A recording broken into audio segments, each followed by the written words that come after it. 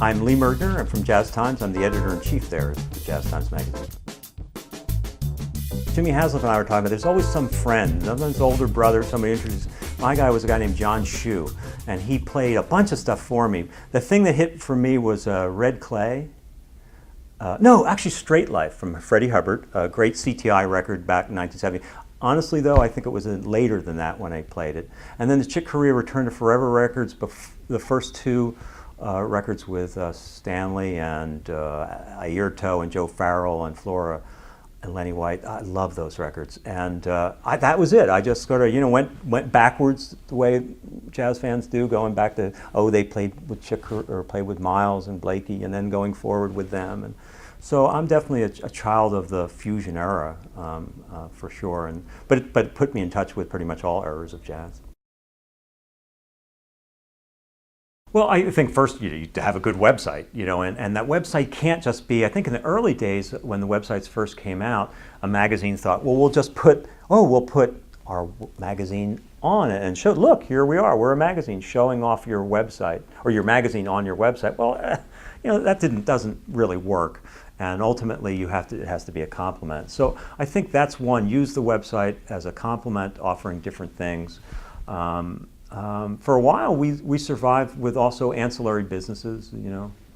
We had custom publishing. We got involved in travel, those kinds of things. We did a convention for a long time. So all those kinds of things. It's the kind of things any magazine will do. It almost doesn't matter what the topic is. If it's a niche sort of thing, you find other things. Maybe you sell T-shirts. Maybe you do whatever. It's not a big money maker by any means, but no one would get into doing a jazz magazine and being involved with it thinking that they're going to be a wealthy person or something. You do it because you really love it.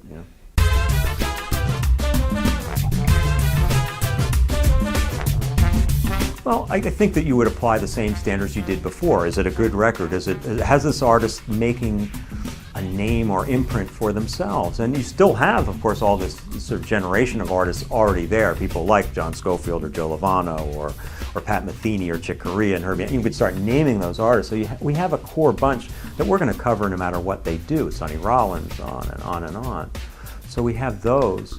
The next tier of artists, it gets tougher. We have less space, so you just have to use your judgment. And I know that's a very vague thing to say, but you kind of know if something's very good. And you also know if the artists are really getting out there and reaching. We're interested also in people who are reaching audiences who are, nobody kind of like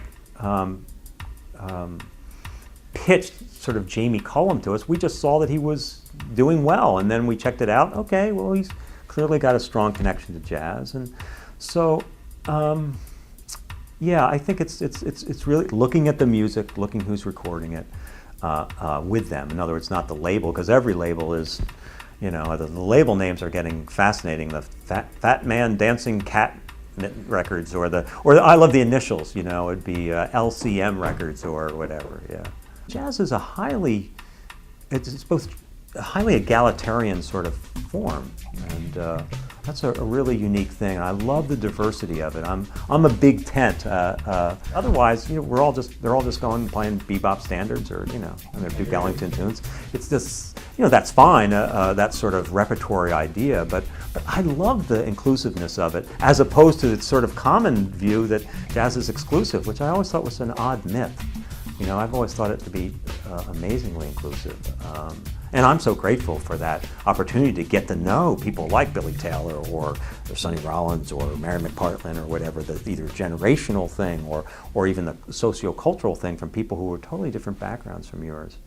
We're very blessed to have that. I don't ever take that for granted.